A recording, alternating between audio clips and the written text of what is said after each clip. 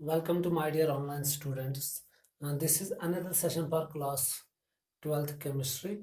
You know that in the previous session we have started a new chapter of chemistry, that is chemical kinetics, and there we uh, discussed a little bit what is chemical kinetics.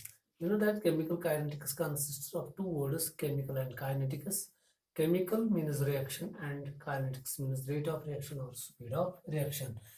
Uh, आपको यहाँ पे एक चीज याद रखना है। जब भी हम बात कर रहे हैं, जब भी हम केमिस्ट्री की बात कर रहे हैं, इस केमिस्ट्री से हम ये सीखने की कोशिश कर रहे हैं कि जो हमारे इर्द गिर्द चीजें हैं, जो हमारे इर्द गिर्द चीजें हैं, उन चीजों में तब्दीलियां कैसे आती हैं। रोजमर्रा हम देख रहे हैं, every day we are seeing in our surroundings, in our day-to-day life, most of the substances undergo a chemical change, and in that very chemical change, a chemical substance gets converted into new substance. That means एक chemical substance जिसकी अपनी मखसूस properties होती है, जो अपनी properties की बुनियाद पे एग्जिस्ट करता है, उसमें कुछ तब्दीलियों के कारण क्या हो रहा है, जब हम उसमें कुछ कंडीशंस दे रहे हैं तो वो अपनी जो प्रॉपर्टीज है वो उसकी वो प्रॉपर्टीज तब्दील हो रही है। दैट मीन्स उस केमिकल सब्सटेंस में केमिकल रिएक्शन हो रही है, क्योंकि केमिकल रिएक्शन में क्या होता है, एक केमिकल सब्सटेंस एंटायरली उसकी प्रॉपर्टीज सारी चेंज होके एक नया केमिकल सब्सटेंस वहां पे बन जाता है। मगर जब भी केमिकल रिएक्शन होती है, जिस केमिकल रिएक्शन में एक नया कंपाउंड वजूद में आता है, और ये जो केमिकल चेंजेस हो रही है, हमारे इर्द गिर्द हो रही है, हमारे सराउंडिंग में हो रहे हैं, हमारे डेली लाइफ में हो रहे हैं, चाहे वो हमारे घर में सालन बनाने का काम हो, वहाँ पे भी केमिकल रिएक्शन हो रही है। जब हमारे जिस्म में डाइजेशन हो रही है तो वहाँ रेस्पिरेशन हो रही है, फोटोसिंथेसिस हो, ये सब ऐसी प्रोसेसेस है जो हमारे इर्द गिर्द हो रही है, और इनमें बहुत सारे केमिकल सब्सटेंसेस इन्वॉल्व हो रहे हैं, और उन केमिकल सब्सटेंसेस में क्या हो रही है, चेंजेस आ रही है, और उसी का नाम क्या है, केमिकल रिएक्शन। जब भी किसी केमिकल सब्सटेंस में चेंज आएगी और वो फिर किसी नए केमिकल सब्सटेंस में तब्दील हो जाएगा, तो उसको हम क्या बोल रहे हैं, केमिकल रिएक्शन। इसी तरह मिसाल के तौर पर जब हम देखते हैं हमारे घर में कभी कभार हमारा खाना खराब हो रहा है, स्पॉइलिंग ऑफ फूड, वो भी एक तरह की केमिकल रिएक्शन होती है। हमारे घर में रोज कर्डलिंग ऑफ मिल्क हो रहा है, सपोज हम दही बना रहे हैं बॉयल्ड मिल्क से, वो भी एक केमिकल रिएक्शन होती है।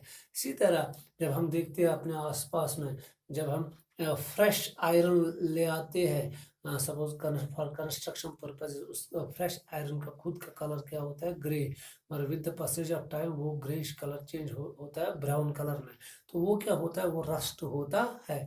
तो चाहे रस्टिंग हो क्या हो, ये सारी क्या होती है, केमिकल रिएक्शंस।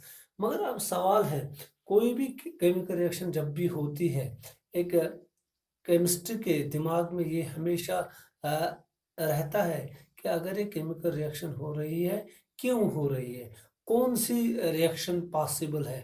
उसके लिए जब भी केमिकल रिएक्शन की बात हो रही है, तो साइंटिस्ट पहले ये सोचता है कि कोई भी केमिस्ट ये सोचता है पहले कि whether this chemical reaction is feasible, whether this chemical reaction is feasible, this reaction is feasible और नॉट।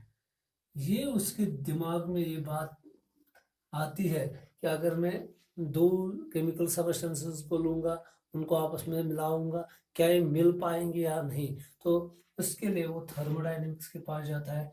थर्मोडाइनमिक्स बोलता है, अकॉर्डिंग टू थर्मो, जिस का डेल्टा जी क्या होगा, less than zero. That means जब भी किसी रिएक्शन का delta G Gibbs free energy change क्या होगा, लेस देन जीरो, तो वो क्या होती है, वो स्पॉन्टेनियस होती है, वो फिजिबल होती है, स्पॉन्टेनियस, वो ऑटोमेटिकली हो जाती है, वो पॉसिबल है वो रिएक्शन। तो इस तरह से बहुत सारी कंडीशंस को देखकर एक जिसको हम क्या बोलते हैं, एक केमिस्ट्री इन चीज़ों को देख रहा है और फिर ये प्रिडिक्ट कर रहा है whether this reactions are possible और नॉट। दूसरा क्या देख रहा है वो, दूसरा ये देख रहा है कि अगर कोई केमिकल रिएक्शन अब फिजिबल है, अगर जिस केमिकल रिएक्शन का delta G thermodynamically less than 0 है, अब फिर वो देख रहा है कि ये किस हद तक जा रही है, up to which extent, up to which, दूसरा पॉइंट यही रहता है उसके दिमाग में, up to which extent this reaction proceeds, और ये रिएक्शन किस हद तक जाएगी, कब तक चलेगी।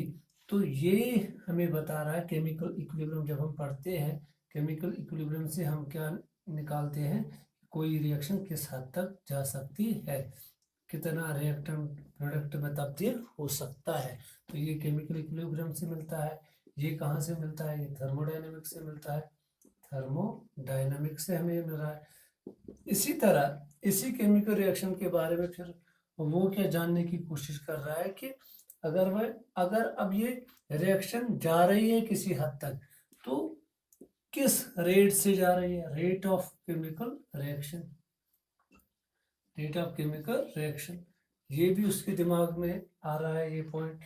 उसके बाद ये देख रहा है कि अगर ये अब जा रही है, रियल मैकेनिज्म क्या है इस रिएक्शन के पीछे, कोई मैकेनिज्म तो होगा जिसके बुनियाद पे ये रिएक्शन हो रही है, तो मैकेनिज्म भी फिर ये देख रहा है। इसी तरह ये फिर क्या देख रहा है, शाबाश, कि कौन सा, मिसाल के तौर पर अगर हम अभी देख रहे हैं, मिसाल के तौर पर फोटोसिंथेसिस एक केमिकल रिएक्शन है, तो उसमें क्या देखा जाता है, जब ये सारी चीज़ें देखी जाती है, डेल्टा जी पास लेस देन 0 ये हो रही है, ये भी देखा जा रहा है, मैकेनिज्म भी देखा जा रहा है। फिर ये देखा जा रहा है कि कौन कौन से कंडीशंस ऐसे हैं जिन कंडीशंस के तहत ये रिएक्शन फॉलो करती है। अगर वो कंडीशंस नहीं होंगी तब जाके ये रिएक्शन नहीं हो पाएगी। तो ये ऐसे सवालात होते हैं एक साइंटिस्ट के दिमाग में, जिनको ये सॉल्व करने की कोशिश करता है। और यहाँ तक मैंने बताया ये थर्मोडायनेमिक्स का काम है, ये बताना कि whether this reaction is feasible और नॉट। फिर किस हद तक जाएगी, ये किसका काम है, केमिकल रिएक्शन। और जो बाकी है वो किसका काम है, वो केमिकल काइनेटिक्स का काम है। क्योंकि केमिकल काइनेटिक्स मैंने पहले ही बताया is a branch of physical science which deals with the study of rate of reaction और स्पीड ऑफ रिएक्शन। अब सवाल है यहाँ पे कि ये जो रेट ऑफ रिएक्शन है ये क्या है, ये भी मैंने बताया आपको, मगर फिर भी मैं थोड़ा बहुत रिपीट करूंगा यहाँ पे। रेट ऑफ रिएक्शन क्या होता है, रेट ऑफ रिएक्शन मैंने बताया आपको पहले क्लास में ही, it is defined as the change in concentration of reactants and products per unit time, ये हमने बात की है।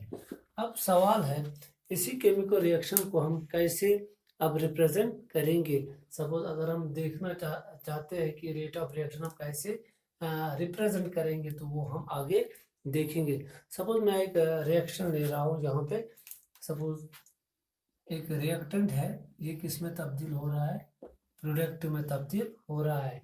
इसका स्टोइकियोमेट्रिक कोएफिशिएंट 1 है।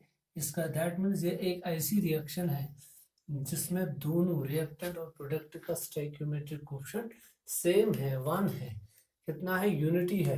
तो यही रिएक्शन मैं ले रहा हूँ। सपोज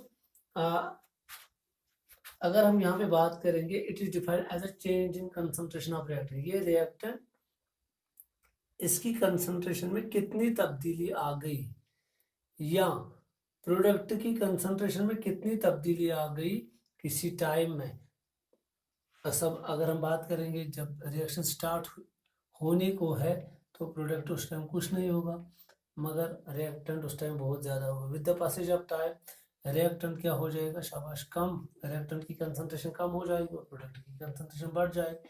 तो with the passage of time दोनों रिएक्टेंट्स और प्रोडक्ट्स में चेंज आ रही है। तो इसी का हम क्या बता रहे हैं, जब मैंने बताया कि चाहे हम change in concentration of reactant बताए या प्रोडक्ट बताए, आप यहाँ पे और भी लिख सकते हो, और प्रोडक्ट्स पर यूनिट टाइम। अब इसको हम कैसे रिप्रेजेंट करेंगे, कभी कभार हम ये भी लिख सकते हैं, द रेट ऑफ